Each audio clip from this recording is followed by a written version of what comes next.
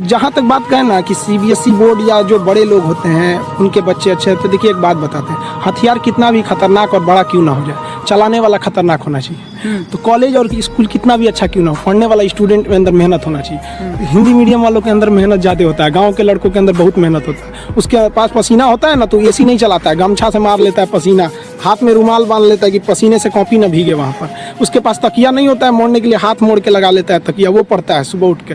Student लोग खास करके इस चैप्टर पे ध्यान दीजिए। आप केवल पढ़ाई पे ध्यान देते हैं और आपका ये अंदर से बॉडी कमजोर है। एक बात बताइए, खूब अच्छा ड्राइवर लाइए और आपकी गाड़ी ही खराब है, पता चला टायर ठीक नहीं है, इंजन ठीक नहीं है, स्टीयरिंग ठीक नहीं है, तो ड्राइवर क्या कर सकता है? आपके अंदर इच्छा है पढ़ने की, लेकिन ये आपकी कमियां हैं, इनको सुधारिए आप, ये जरूरी है आपके लिए।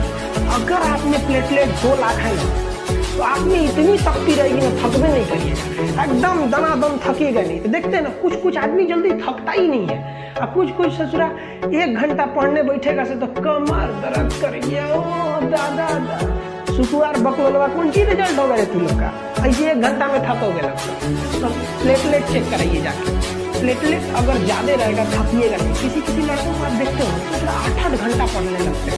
परिस्थितियां सबके साथ होती है, जब बारिश होती है तो बाज बादलों को चीर के ऊपर चला जाता है, वो बारिश से नहीं घबराता है। पानी में अगर आप अंडा को डालेंगे तो उबल के वो हार्ड हो जाता है, आलू को डालेंगे तो अपने आप को पिघला के नरम कर लेता है, लेकिन चाय पत्ती डालेंगे तो पानी को बदल देता है। तो हमें परिस्थितियों से नहीं घबराना है, परिस्थितियों को अपने कदमों की तरह कुचल के रख देना है कि देख तुझसे मेरे हौसले कितने बड़े हैं, और उसको भी लगे, परिस्थितियों को भी लगे और आसमान और तारों को भी लगे कि नहीं भैया हिंदुस्तानियों से नहीं टकराना, क्योंकि यहाँ छीनी हथौड़ी वाला भी उठाता है तो पहाड़ चीर देता है।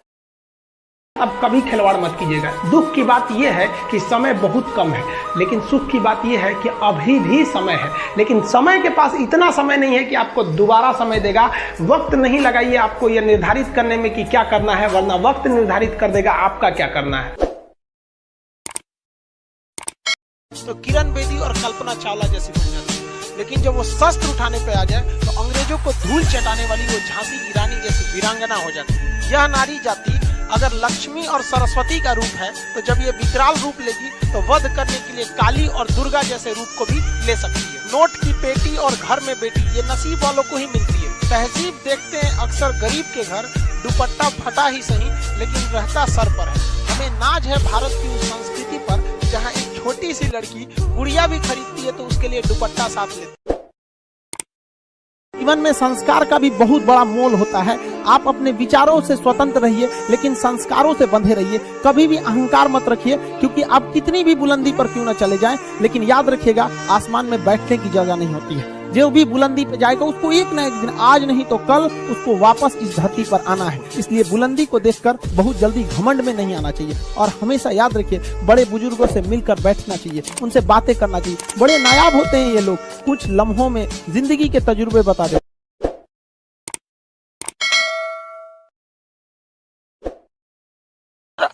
ब्याह बाद अगर ज्यादा ऐठेगी सब ना आपसे पत्नी सब, तो समझ जाइए उसको कोई बहुत पहले से बना के आदत बिगाड़ दिया है।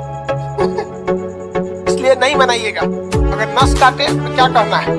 आंसर बोले हैं कि धमनी काटो, और पता है गले में जो होता है इसको कहते हैं महाधमनी, एरोट्रा, इंग्लिश में एरोट्रा कहते हैं महाधमनी।